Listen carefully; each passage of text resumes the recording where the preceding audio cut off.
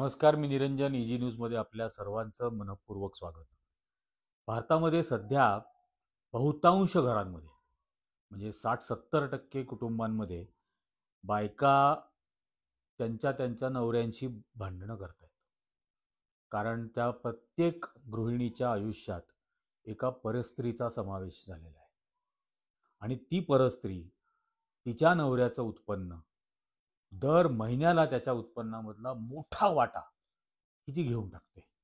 त्यामुळे या गृहिणीला भयंकर अडचण झालेली आहे आणि ती परस्त्री या सगळ्या 70% कुटुंबांमध्ये जी घुसली आहे आणि जी प्रत्येक त्या कुटुंबामधल्या ब्रेड विनरचा, तिथं कमावणाऱ्या माणसाचा आणि बायकांचा पण त्यांच्या मोठा पोर्शन पैशाचा त्यांच्या उत्पन्नाचा ती काढून घेते आणि तिचं नाव आहे निर्मला सीतारामन.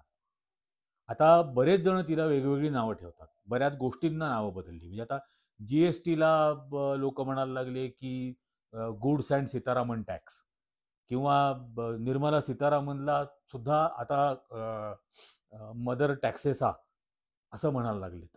तर हे काय आहे नक्की आणि काय होत आहे? झालेलं आहे असं की मध्यमवर्ग या देशामधला जो सर्वात जास्त संख्येने वाढला मनमोहन सिंगांच्या आर्थिक उदारीकरणामुळे.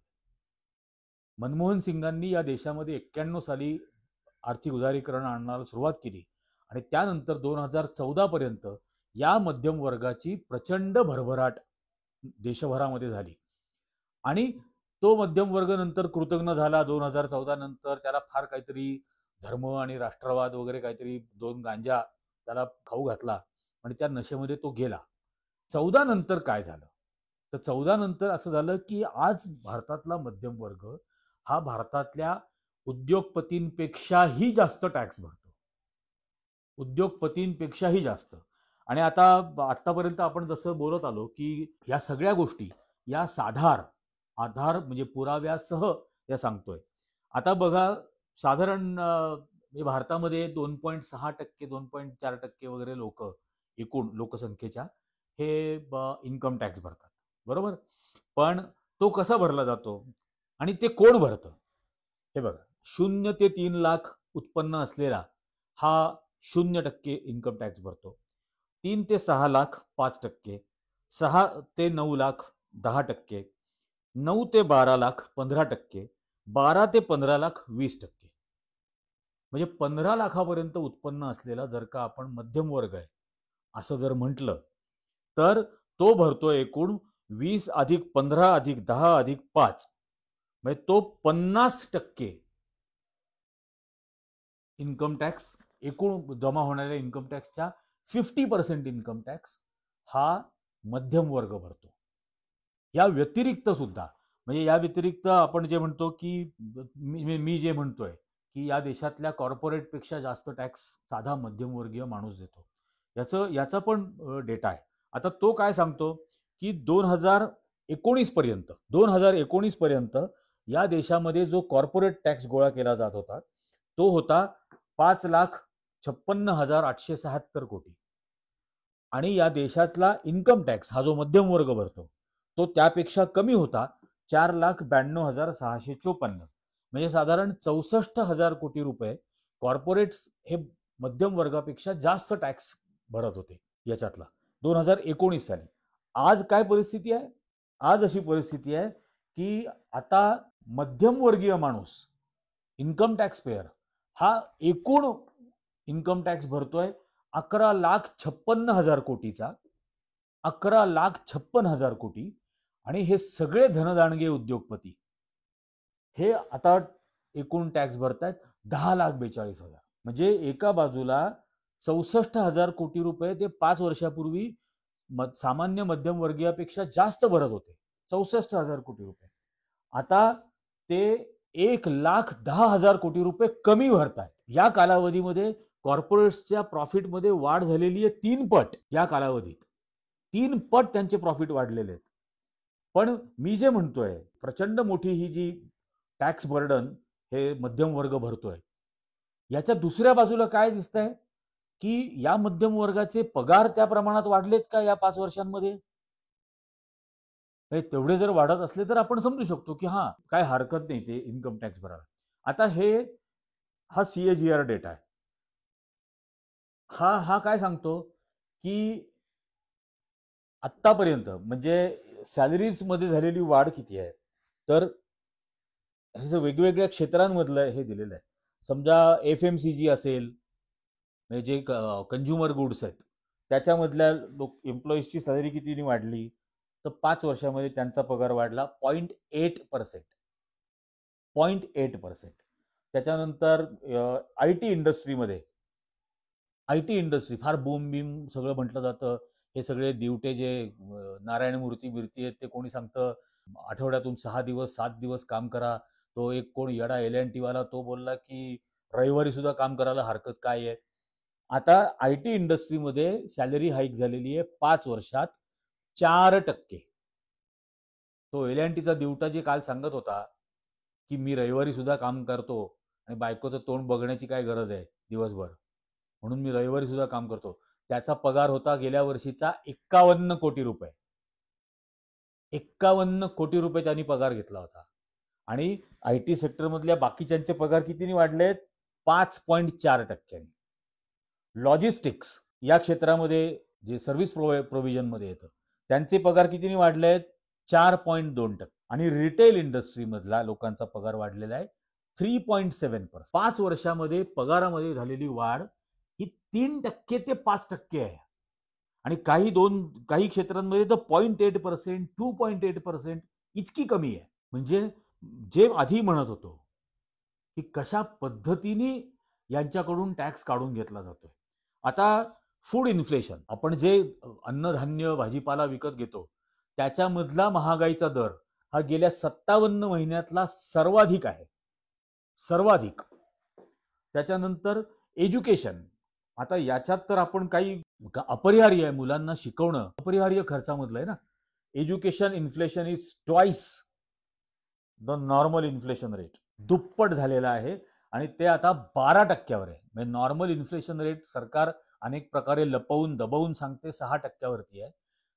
फक्त अन्नधान्यामधली महागाईचा दर वाढलेला आहे 12%. हेल्थ, मेडिकल इन्फ्लेशन भारतामध्ये जगात सर्वाधिक आहे. उपचाराचं, औषधोपचाराचं, आरोग्यासाठीचं, आपल्याला म्हणजे सर्दी होतात, खोकले होतात, वेगवेगळे आजार होतात, किडनी स्टोन होतो, अमुक काहीतरी होतं, काही ना काहीतरी हा प्रत्येक कुटुंबामध्ये काही ना काहीतरी आजाराचा त्रास होत असतो. अगदी डायबिटीस पासून सुरुवात होते. त्याचा भारताचा नंबर जगात नंबर 1 आहे. आणलं की नाही विश्वगुरूंनी जगात नंबर 1 वर हेल्थ केअरवरच्या महागाईत, आरोग्याच्या महागाईत तो भारतामध्ये झालेला आहे. आता 14% दरवर्षी वाढतोय. दरवर्षी हा औषधोपचाराचा खर्च. एकंदरीत सगळी डिमांड, ओव्हरऑल डिमांड आहे ती पण खालती घसरली आहे. पगार वाढत नाहीयेत. शिक्षणाचा खर्च वाढलेला आहे. मध्यम MSME ज्या म्हणतो, मीडियम अँड स्मॉल इंडस्ट्रीज, या स्मॉल इंडस्ट्रीज आत्ता 78% मध्यम आणि छोटे उद्योग, 78% मध्यम उद्योग आणि छोटे उद्योग यांच्याकडे आज भांडवलासाठी म्हणून पैसा नाही आहे. हे सगळं इतकं धक्कादायक होत आहे. आणि याचे काय परिणाम म्हणजे आता सेक्टर वाईज ग्रोथ बघा, प्रत्येक वेगवेगळ्या क्षेत्रामध्ये, कल्चर टू ॲग्रिकल्चर, फक्त कृषी क्षेत्रामध्ये यावेळेला सुदैवाने मान्सून चांगला झालेला होता गेल्या वेळेचा, त्यामुळे कृषी क्षेत्रामध्ये 3.8% एवढी ग्रोथ आहे. बाकी मायनिंग अँड क्वायरिंग, खाण आणि इतर उद्योग याच्यात 7 वरून 2.9 वर आलेलं आहे. नंतर मॅन्युफॅक्चरिंग 9.9 वरून 5.3 वरती आले. मॅन्युफॅक्चरिंग क्षेत्र हे प्रत्येक क्षेत्रामध्ये ही झालेली तुम्हाला घसरण दिसेल. प्रत्येक क्षेत्रात चाललेत विश्वगुरू. जगातली माध्यमं ही काय म्हणतात की भारताची अर्थव्यवस्था ही गेल्या 4 वर्षामध्ये सर्वात कमी वेगाने वाढते आहे. सर्वात कमी. आणि हे दिवट 2025ला म्हणे 5 ट्रिलियनची इकॉनॉमी करू. इन्कम इनइक्वॅलिटी म्हणजे टाइम मॅगझिन सारख्या मॅगझिनने, जे जगप्रसिद्ध आहे, जे जगभरात वाचलं जातं, वाट बघत असतात लोक टाइम मॅगझिनची, त्या टाइम मॅगझिनने असं म्हटलं की इंग्रजांच्या काळामध्ये उत्पन्नामधली तफावत, इनइक्वॅलिटी ही इंग्रजांच्या काळात नव्हती, इतकी आत्ता झालेली आहे. Income inequality exceeded levels of 1950s, आणि त्यात ग्रामीण भारत हा सर्वाधिक प्रभावित पडलेला आहे, सर्वाधिक. हे सगळं आज मुद्दाम सांगायचं कारण आहे, कारण 1 फेब्रुवारीला ती बाई परस्त्री जी आपल्या प्रत्येकाचं उत्पन्न लुबाडून नेते आहे, सीतारामन नवीन बजेट आता आणणार आहे. हे बघा, खाने के तेल, साबुन, चाय, चॉकलेट, बिस्किट जैसे प्रोडक्ट 6 महीने में 20% और महंगे हो. या सगळ्या कालावधीमध्ये मगाशी जसं म्हटलं की मुलाबाळांचं शिक्षण करणं ही तर प्रत्येक कुटुंबाची मूलभूत गरज आहे ना. UPAची 10 वर्ष आहेत, 2004 ते 2014 पर्यंतची. या 10 वर्षांमध्ये शिक्षणावरचा खर्च बजेटच्या तुलनेत 2.32% 2004 साली एज्युकेशनवर खर्च होता. तो वाढत वाढत 5.15% पर्यंत गेला, अर्थसंकल्पाच्या 5.15%, आणि आता तो आलेला आहे 3%. 2005 साली भारत जेवढा खर्च करत होता त्याच्यापेक्षा सुद्धा कमी आज भारत शिक्षणावरती खर्च करतोय, त्यापेक्षा कमी करतोय. हा अनएम्प्लॉयमेंट रेट, भारतातल्या बेरोजगारीचं प्रमाण हे कसं धपाधप वाढत गेलेलं आहे या 10 वर्षात. आणि म्हणजे आता एज्युकेशन इन्फ्लेशन म्हणतो, म्हणजे शाळांच्या फिया वाढल्या, ट्युशनच्या फीज वाढल्या, ज्या वह्या, पुस्तकं, पेन्सिली, पेन, कंपास बॉक्स, आणखीन स्केल, या सगळ्या गोष्टींवरती ज्याच्यावर टॅक्सच लागत नव्हता त्यावरती आता 12%, 18% असा टॅक्स आलेला आहे. म्हणजे किमती तर वाढल्या, त्याच्यावरचा टॅक्स वाढल्यामुळे त्याचंही बर्डन वाढलं. इन्शुरन्स, हेल्थ इन्शुरन्सच्या प्रीमियमवरती सुद्धा आता, त्याच्या हप्त्यावर सुद्धा तुम्हाला आता GST भरावा लागतो. भारतामध्ये हे तर बघा, 2024ला एका महिन्यात फॉरेन इन्स्टिट्यूशनल इन्व्हेस्टर्स जे आहेत, जे परदेशी संस्थात्मक गुंतवणूक भारतात होते, त्यांनी ऑक्टोबर या एका महिन्यात भारतातून 1,14,000 कोटी रुपये काढून घेतले. त्यांना आता भारताची अर्थव्यवस्था विश्वासार्ह वाटत नाही. आणि 2024 मध्ये आत्तापर्यंत, डिसेंबर महिन्यापर्यंत 2,96,000 कोटी रुपये भारताच्या अर्थव्यवस्थेतून परदेशी गुंतवणूकदारांनी काढून घेतले. कारण इथला रुपयाचा दर हा सतत घसरतोय. नरेंद्र मोदीच्या भाषेत जर सांगायचं तर डॉलरच्या तुलनेत रुपया जास्त घसरतो का सरकारची इज्जत जास्त घसरते, असं आत्ता झालेलं आहे. 85 रुपये क्रॉस झालेला आहे डॉलर. आणि इथं केलेली गुंतवणूक ही आता त्यांना परवडेनाशी झालेली आहे परदेशी गुंतवणूकदारांना. म्हणून त्यांनी आता इथून काढून घ्यायला सुरुवात केली आहे. कारण या भारतामध्ये चलनाचा दर, हा डॉलर एक्सचेंज दर कंट्रोल करण्यामध्ये हे भारत सरकार पूर्णपणे अपयशी ठरलेलं आहे. आणि हे आणखीन किती खाली घसरेल याचा काहीही भरोसा नाही. दुसऱ्या बाजूला गुजरातमधला, सुरतमधलाच एक RTI ऍक्टिव्हिस्ट, त्यांनी RTI ऍप्लिकेशन केलं रिझर्व्ह बँकेकडे आणि त्यांना विचारलं की भारतामध्ये नॅशनलाइज्ड बँका, खाजगी बँका आणि शेड्युल्ड बँका यांनी मिळून आत्तापर्यंत किती लाख कोटी रुपयाचं कर्ज माफ केलंय. RBIने त्याला उत्तर दिलं आणि RBIने दिलेल्या उत्तरात सांगितलं 25 लाख कोटी रुपये या देशातल्या उद्योगपतींचे, निवडक उद्योगपतींचे 25 लाख कोटी रुपये हे राईट ऑफ केले गेले. आणि त्यात त्यांनी बरीच खूप डिटेल आकडेवारी याच्यामध्ये दिलेली आहे की आधी किती होतं. दर वर्षाला या सरकारनी 2.77 लाख, 2,77,000 कोटी ॲव्हरेज दर वर्षाला उद्योगपतींचे माफ केले.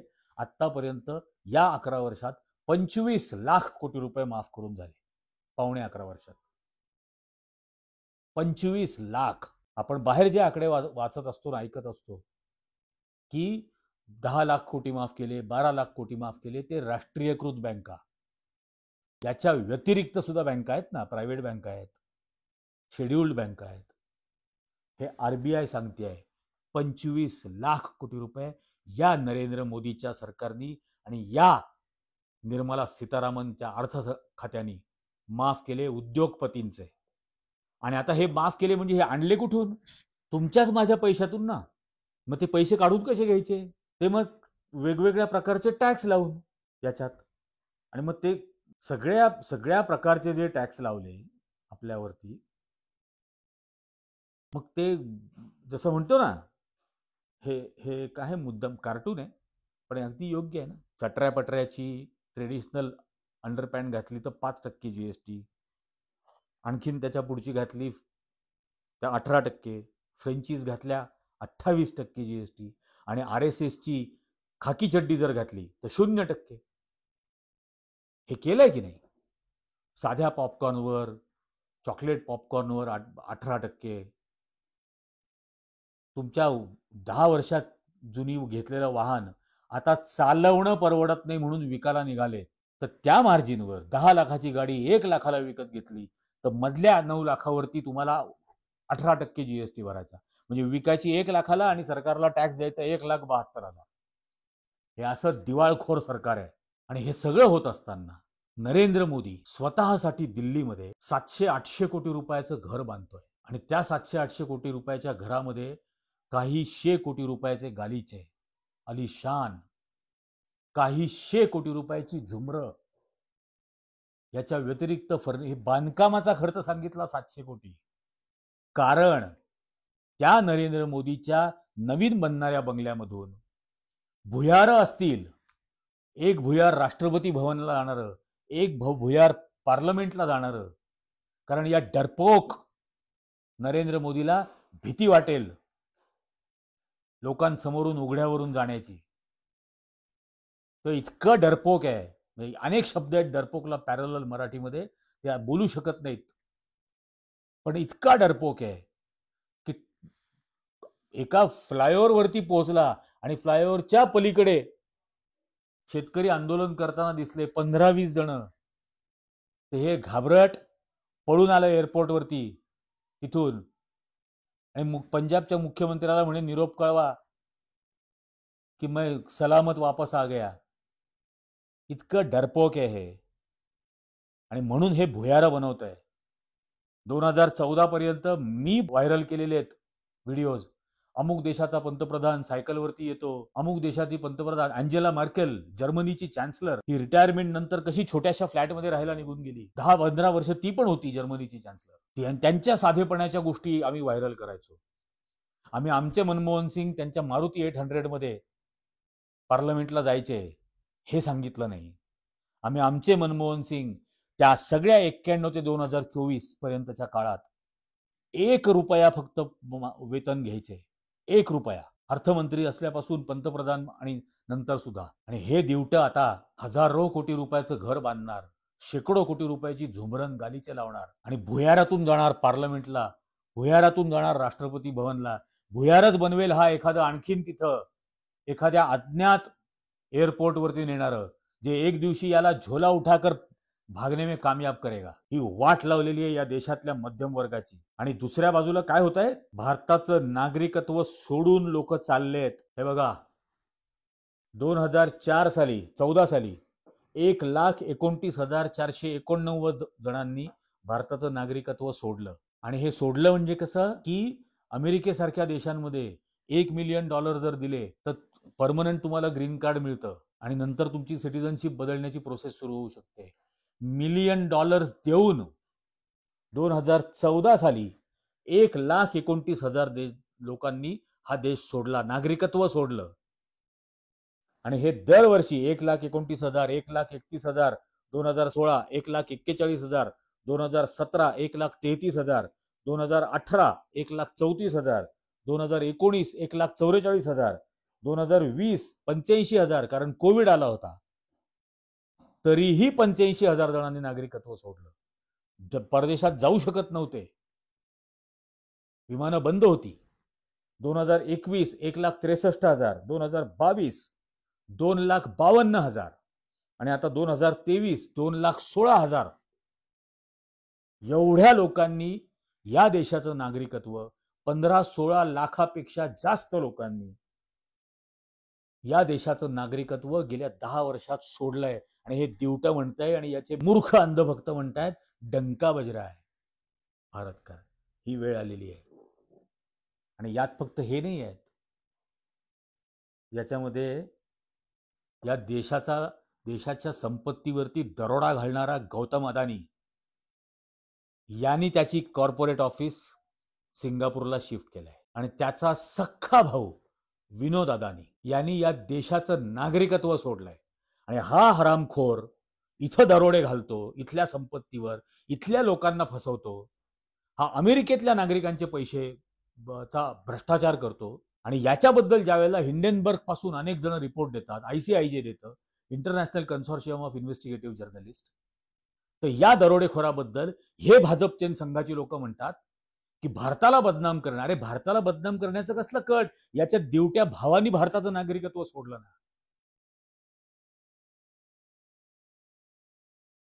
आणि ही आज वेळ तुमच्यावरती आणून ठेवलेली आहे. मुंबईला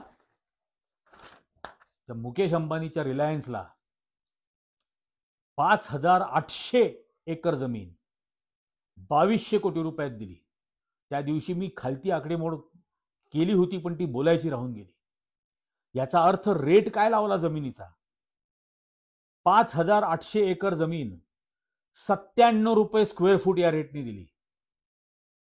इंटरनॅशनल एअरपोर्टच्या जवळ, जवाहरलाल नेहरू पोर्ट ट्रस्टच्या जवळ, मुंबई पुणे एक्सप्रेस हायवेच्या जवळ असलेली जमीन 97 रुपये स्क्वेअर फूटनी या मुकेश अंबानीला दिली.